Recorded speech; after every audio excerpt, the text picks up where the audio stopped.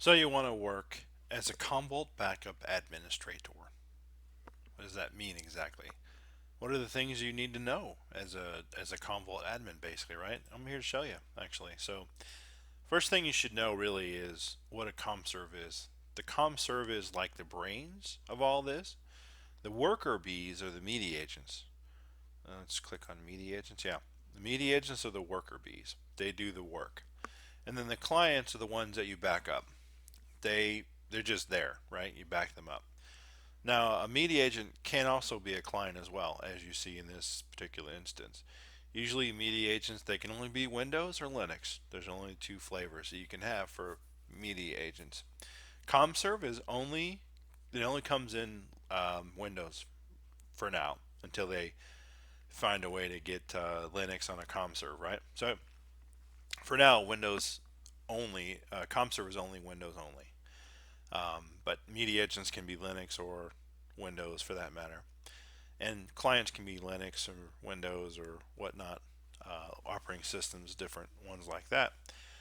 So those are the couple things you should know. The other thing you should know is check readiness, right? They're always going to ask you, like, can you do a check readiness? Like, let's just say, right? So you right click on a client and you go all tasks,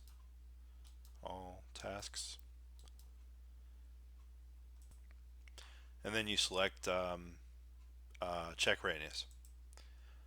So check readiness is like basically uses port 8400, I think, and 8402, I believe it is, to check to see if it can contact um, the storage library if there's one attached, as well as just to check the client. So, for instance, sometimes since the comm server is the client, it's going to work, obviously, right? But like, there's clients out there that, yeah, the mount path storage is offline, but the media agent's ready. What you're going to see sometimes is um, you're going to see is you have hundreds of clients, thousands of clients, really, right? And you have to be able to talk to the mediate or talk to the client, do the check readiness. That's the first thing. So that tells you, oh, okay, the client's up, it's running, it's working, all is good. There are instances where that's the first thing, right? So you should know how to do check readiness. You got to know that, right? Second thing you got to know is CV ping. What is CV ping? So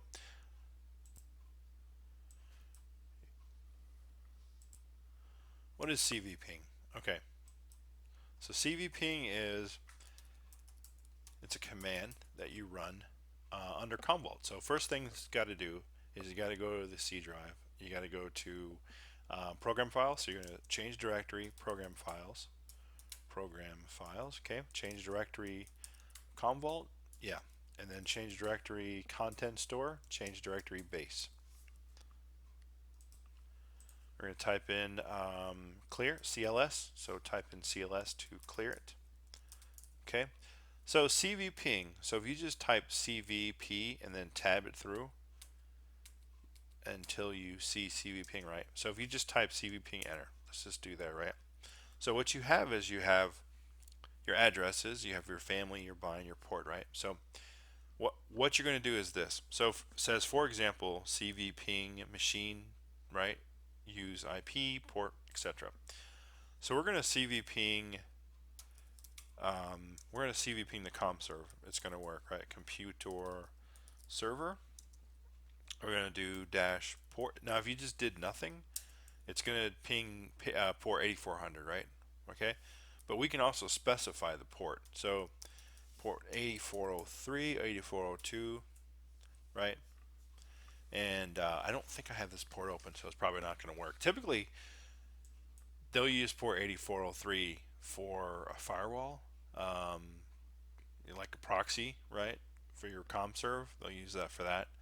But oh yeah, okay, I was wrong. Look at that. Yeah, so 8403 is up, right? But in typical term, what they'll do is they'll use 8403 as like um, they'll bind those two ports, 8400 and 8401, right? 8402, yeah, 8401, I think. Yeah. Anyway, they'll send it over 8403, so that would that would go and talk to that client, whatever the client is, right? Um, and I've seen that before in many instances where they do that. Usually it's only those three ports. So you should know really how to CV ping a port. Um, like 8400, 8401, 8402. I'm sorry, 8400, 8401, 8403. And you can even do it. You can up arrow too, by the way. So let's up arrow. Let's do 8401. Probably going to work. Yep. And then 8402 is not going to work. Yep. And then 8403 is going to work. Yeah, of course.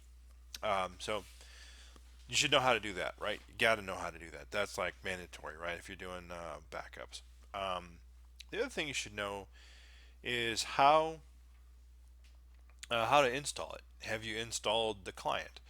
Have you installed an agent? You got to know that. At the very minimum, how to install Windows, the file system. You got to know that, just to be able to like you get to talk it through, right? So, of course, I have a course that you can take on Teachable that helps you with all this stuff, right? It's very informative. Takes you from knowing nothing about CommVault to knowing to getting a job essentially, right? To making money doing CommVault in your field.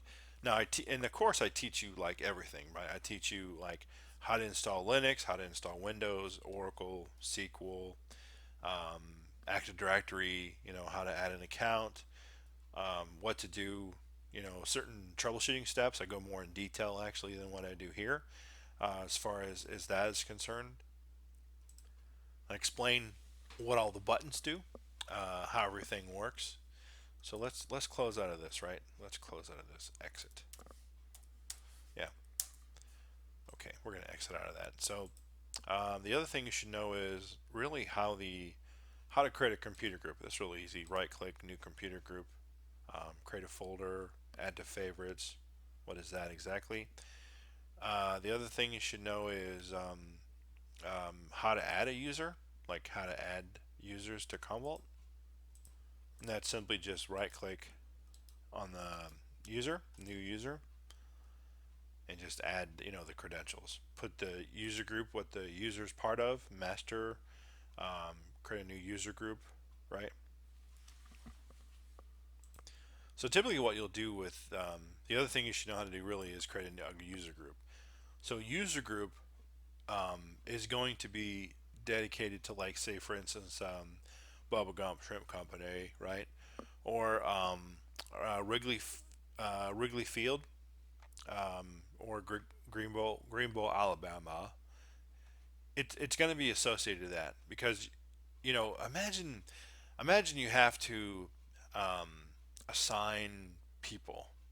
You get maybe 100 people, right, that are on your ComServe. You got to assign them to every single client. That's just too much work.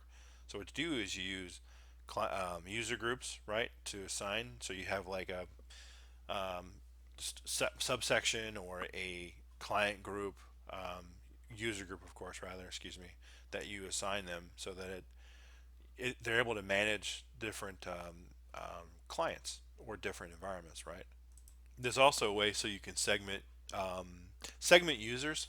For instance, Harry Carey is not going to be able to manage Bubblegum Shrimp Company, because he's a different group.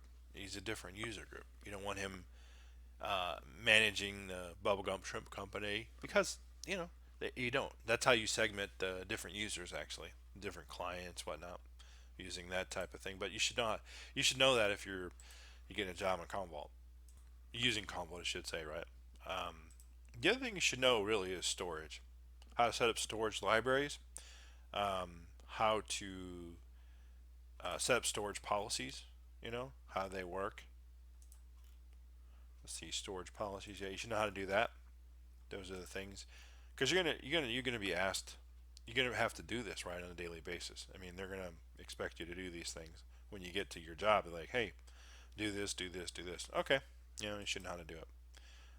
You should also know how to schedule, like set up a schedule. For instance, let's right click Greenbow, Alabama, right? All tasks, and we'll go say view. Oh, it's not here. Yeah, it's somewhere else. Sorry, it's down here. Schedules. But you should know how to do that actually. See reports, schedules. Oh, schedule policy, right? Um, you should know how to create a new schedule policy, right? And name it, associate clients to it, right? You should know how to do that if you're a CommVault admin. Now, the good thing about this job or this potential, right, this CommVault admin stuff, you don't need a high school or you don't need a college degree, no matter what country, and you don't need a college degree to do this. You just need the years of experience or the months of experience, really, right? I mean, um, if you just go through my course, the course I have on Teachable, that's going to teach you everything you need to know, really, about how to get a job in CommVault. 100% guaranteed. And here's the benefit, right? When you take the course, you have me as a resource. Hey, what do you think about this? I'm applying here. What do you think about that? And who better to, you know, who better to. So yeah, You have me as a resource. Obviously, when you take the course, and you have this YouTube channel as well. So please subscribe to the channel, hit the like button. I really appreciate it, and we'll see you there.